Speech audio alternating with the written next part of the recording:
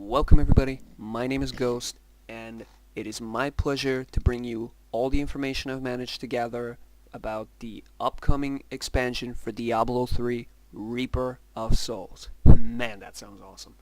Anyway, let's get started. I'm going to try to make this as quick as possible, and well, I'm going to try to tell you guys everything. There's going to be links in the description below about where you can find the original posts and, well, where you can find the most information. Let's get started. First off, we get a brand new class. Now, the new class is called the Crusader. The Crusader uses strength as a main stat. He's a mid-range, melee, heavy tank fighter type. Now, the Crusader uses flails as a weapon. Now, you're going to have like one-handed flails, two-handed. It is also confirmed that you will be able to use two-handed swords and shields, obviously. Now, as well as shields, you're going to be using special kinds of Crusader shields. Now, these shields also add to your damage output. Yeah, you got it. These are heavy armor shields which boost your damage. That is, well, that's pretty awesome. Anyway, the resource of this guy is going to be something called Wrath. Now, it's not clear as to how it's generated. The Crusader will start at Act 1 like all other characters. However, he's going to have brand new conversation panels with everybody, with all the characters, and with all your companions. So yeah, when you talk with them, you're going to notice like new conversations and all of that. It has been stated that there may be going to be like slight differences in the conversations, like lore-wise, as in like something is changed after the events of Diablo 3.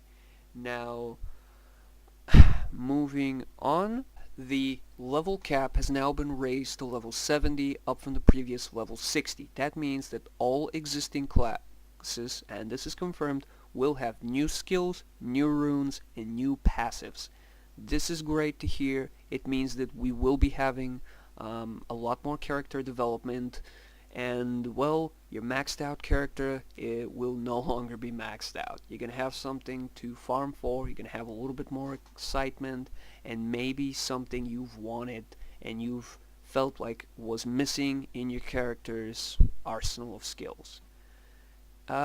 Moving on. The new act, and yeah, the game story is going to be composed in one new act. It's not going to be a chain of acts, such as the whole Diablo 3. It's going to be only one new act. It's Act 5. There is a major city in it called the Survivors Enclave. Now, it is unclear, to me at least, if this is the major city, like the city connected with most of the quests, or if it's just going to be like your starting area. Anyway, the majority of the act will be taking place in Westmarch. For those of you who do not know, this is the territory west on the continent of Honduras. Other areas will include the Pandemonium Fortress. Now, that is amazing. The Pandemonium Fortress is, well, it's not on this world, it's not on Sanctuary, it is in the middle of space. It is a place where the World Stone used to be kept, and it is a very lore-heavy place. It was in Diablo 2, Lord of Destruction. It is where it's confirmed to be different than what it was in the last game. It's going to be updated. It's going to be completely different from what it was back then. There will be other places besides the Pandemonium Fortress and, well, Westmarch. There are going to be other parts of the act which are not as of yet announced. They will be announced at the upcoming BlizzCon. Well, my expectations are that, you know, there's going to be a lot of stuff. Just I apologize. announced at BlizzCon. Now, another cool thing is seamless transition between the outside and the inside zones. Like, it's not going to be as it is now. You're running around a field, you see a house, you press the door portal thing, and you go into an instance house. No, you just walk through, and you're there. You're inside the house. No transition, no instance, no lock. There we go. The new act, will be similar in size to Diablo 3's Act 2. I'm not quite sure if I'm happy about this. That again, this could be looked at in a few different ways now. This means that the act will be pretty much the size of the biggest act in Diablo 3, because I do believe that in length, Act 2 is the longest. Anyway, I do hope that this refers to as the size of the map and locations, and not the playthrough, because this means that, well, the new act could essentially be done in a few hours, like maybe an hour even. So that's not really going to be good. Then again, this is a bare assumption on my part. Do not take it as seriously. Anyway, it is confirmed that the whole the game will be darker. The expansion will be a lot darker than what we were used to in Diablo 3. The ambience, the atmosphere around you is going to be a lot grittier, a lot darker, a lot more depth in it. Well, how can there not be? The main character, the main antagonist of this expansion is going to be the now so-called Archangel of Death. Now, moving on to to exactly that, the lore part, the lore section of the game. The new boss in the game is going to be called Malthio. For those of you who do not know, is the Archangel of Wisdom. He went missing a long time ago and had not been heard from since then. Malthio has now reappeared and is now the Reaper of Souls.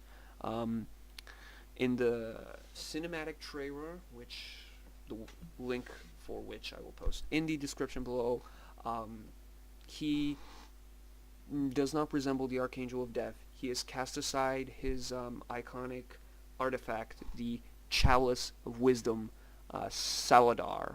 He only wields his two scythes, and, well, to be frank, in the cinematic he just looks 10 kinds of badass. Now, he has essentially taken on the mantle of Archangel of Death. Another interesting fact about this, however, is if you look into the trailer, like this took me some time, if you look, you're going to notice that Tyrael's legendary weapon, Eldruin, like this sword of justice with the embodiment of justice as he was the Archangel of Justice, does not harm Malthio. It just passes through him as if nothing's happening. Now, what this means is that his actions can be justified. It is confirmed that Malthio's ultimate goal is to destroy Sanctuary, and in doing that somehow end the eternal conflict. That's why, essentially, I suppose that in connection to that are these so-called justified actions of his. Anyway, it is confirmed that we will be seeing the Archangels in the expansion, as well as some of the evils, the Prime or Lesser Evils, which is awesome. I'm very happy about that, because essentially up until now, all the evils, Prime and Lesser, are locked inside the Black Soulstone, which Malthio stole. Well, I'm kind of happy, because this means that there's going to be a lot of craziness and potential for essentially a Diablo 4 or, another expansion. Now, on a lore side, it is confirmed that Hell is in a state of chaos, which is kind of ironic. It is in a state of chaos due to the fact that all the evils, the lesser and primevals are missing. There is no one to lead hell, and, well, no one to keep it together. So this kind of, well, it kind of means that hell is just going to hell, if I can say it like that. Now, on to the other features. Now, the expansion will include a feature called loot runs. Loot runs are a new game mode. These are completely random dungeons which are done for 15 to 20 minutes. They have randomized weather, randomized enemies, and a randomized boss or several bosses. They are multi-layered, and essentially you go in them to just grind like crazy, and I suppose they will have something of a bigger chance for better rewards. I mean, it would make sense to be like that. They're going to be multi-layered. That means they're going to have like a few levels, and yeah, you're going to essentially need to do something to unlock these loot runs in the game. There is going to be something like a trial or item you're going to need to unlock it. Next up, another new feature called the Nephilim Trials. This is another game mode. It's a part of the adventure type game mode. Now, this means that these are portals which spawn randomly at some places of the world. They are challenge-based trials which involve you defeating big waves of monsters with increasing difficulty. Now, the better you do against these waves of monsters, the bigger the rewards. The rewards will be in the form of replenishment chests, and the better you do, the better, like the more chests, and the bigger the chance for better gear. And well, we all want some of that. Lore-wise, these Nephilim trials are essentially trials that the Nephilim made to challenge each other. That's awesome. Now, as well as these trials, there's going to be a revamped loot system, the Loot 2.0, essentially. This loot system, in theory, and, well, to put it in a simpler view, you're going to have less drops. You're going to have a lot less item drops. So your inventory is not always going to be flooded with random stuff. However, you're going to have better drops. You're going to have things that you can actually use, and yeah, it's also going to be optimized in regards to what character you're actually playing, what character class you're actually playing. So if you're playing a monk, you're going to get more monk items, and if you're playing a wizard, you're going to get more wizard items. Now, another awesome thing is that legendary items will now have these special effects. They're going to be even tuned. They're going to be, well, revamped even more. They're going to have these special augmentations of your abilities. Like, let's say, this is an actual example, a monk fist weapon which refunds the spirit cost of dashing strike if it hits an enemy more than 25 yards away. Now this means that you're going to have to alter your play style a little bit to incorporate this ability into it and augment your game style. So another example is a wand for wizards, which has a chance to summon Hydras when you kill an enemy. In my opinion, that is awesome, and that is exactly what legendary items should be. Now, on to, in my opinion, the biggest overhaul of a system, the Paragon system. Now, to my understanding, this is how the system works. Essentially, Paragon levels generate Paragon points. These Paragon points are account bound. So you have them on each character, and you can spend these points into 4 subsequent trees. These trees are separated into core. Core stands for core stats, strength, dexterity, intellect, and vitality. Attack. Attack stands for crit chance, crit damage, attack speed, and cooldown reduction.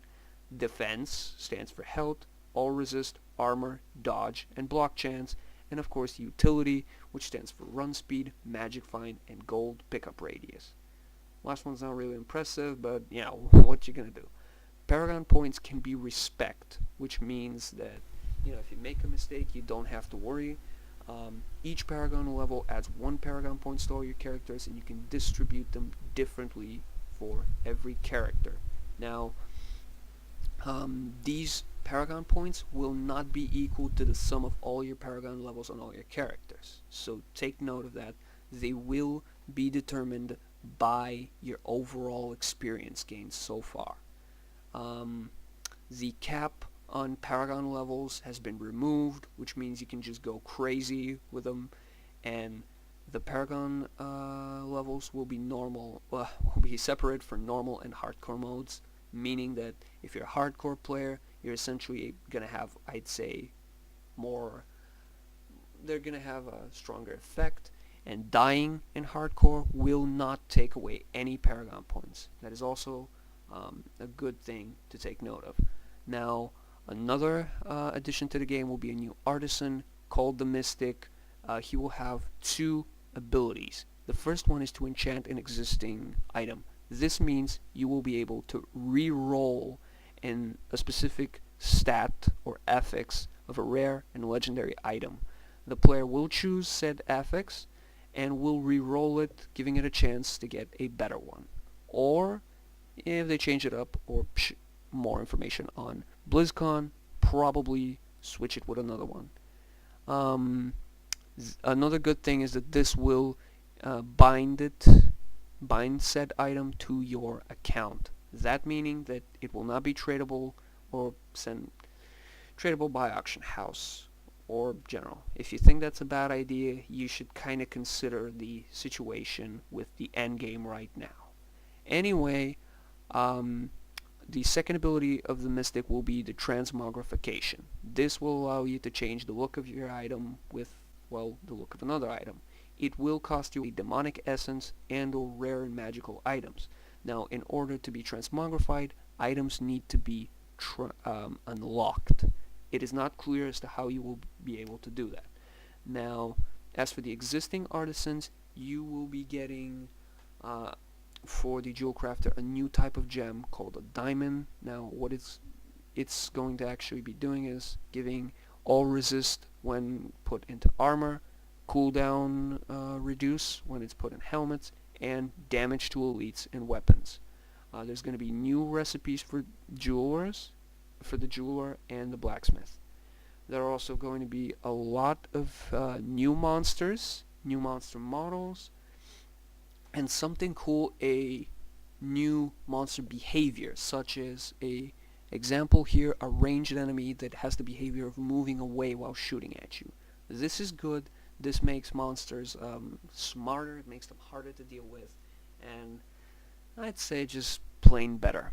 Now, there are going to be a set of quality of life changes, such as expanding the character slots, the stash size.